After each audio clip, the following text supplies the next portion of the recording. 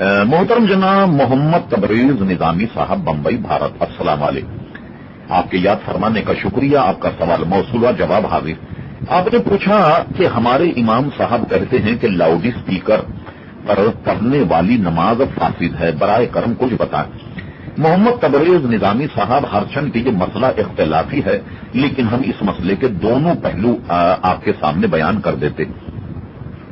اصل میں عوام یہ سمجھتی ہیں کہ لاؤڈ اسپیکر پر نماز کا مسئلہ،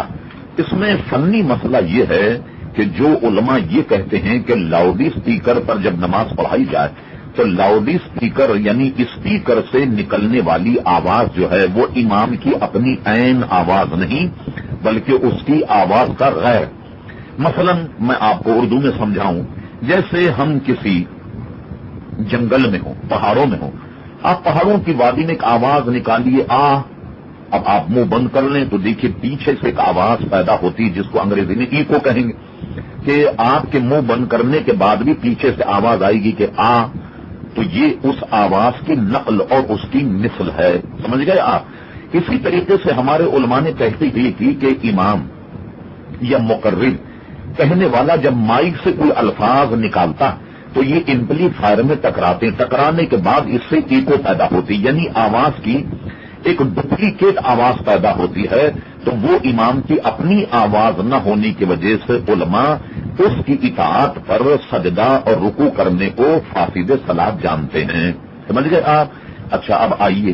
دوسرا فریق جو لاؤڈ اسپیکر پر نماز پڑھنے کا قائل ہے، اس کا کہنا یہ ہے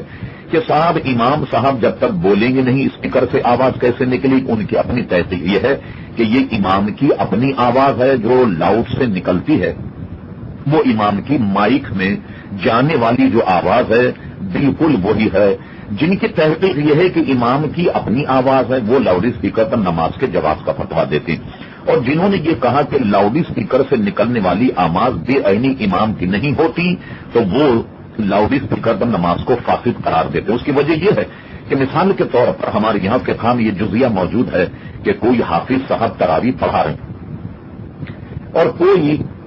غیر جماعت میں شریک آدمی اگر حافظ صاحب کو کوئی غلطی کرتے ہوئے دیکھ لے تو وہ لقمہ دیتا ہے، اور حافظ صاحب نے اگر لقمہ لے لیا تو حافظ صاحب کی نماز فاسد ہو جائے گی، جب امام کی نماز فاسد تو مقتدی حضرات کی بھی فاسد ہو جائے گی، ٹھیک۔ اسی طریقے سے کسی شخص نے امام کو غلط لقمہ دیا، جماعت ہو رہی ہے اور اس میں غلط لقمہ دیا، اس غلط لقمے کو امام نے لے لیا، امام کی نماز فاسد ہو جائے گی۔ اسی طرح پورے مقتدی کی فاسد ہو، کیوں فاسد ہوگی کہ غلط لقمہ دینے والے کی اپنی نماز چونکہ فاسد ہو گئی، تو اب نماز فاسد ہونے پر امام نے ایک ایسے شخص سے لقمہ لیا کہ جو نماز میں شریک نہیں ہے، اس لیے نماز فاسد ہو جائے گی، چونکہ لاؤڈ اسپیکر نہ امام ہے، نہ مقتدی ہے، نہ مکبر ہے، نہ نماز میں شریک ہے، ایک آلہ، تو اس سے جو آواز نکلے گی اس پر نماز کے فاسد ہونے کا قول کیا جاتا ہے۔ اور جو کہتے ہیں نماز فاسد ہوتی ہے اس میں کوئی ایک دو آدمی نہیں،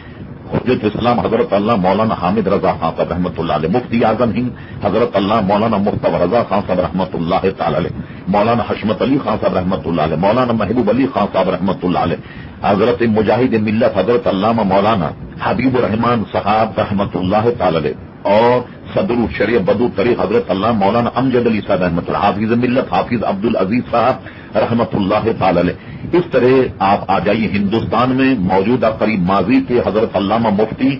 شریف الحق صاحب رحمۃ اللہ علیہ، اور موجودہ زمانے کے جامعہ اشرفیہ کے پرنسپل علامہ ضیاء المصطفیٰ صاحب دامت برکاتہم العالیہ، اکابر علماء اس پر فاسد ہی کا فتویٰ دیتے۔ اب آئیے اس کا درمیانی پہلو، کوئی صاحب مجھ یا آپ جیسے جو لاؤڈ اسپیکر پر نماز نہ پڑھنے کے قائل ہو، اس میں نماز فاسد ہو جاتی، ایسے شخص جو ہیں اب ان کو چاہیے کہ کوئی امام اگر لاؤڈ اسپیکر پر نماز پڑھائے تو امام کے بالکل قریب ہو کر نماز پڑھیں تاکہ امام کی اپنی آواز سن لیں، امام کے اپنے حرکات و سکنات کو اپنی آنکھوں سے دیکھ کر رکوع اور سجود کریں، تو ایسی صورت میں ان کی نماز ہو جائے گی۔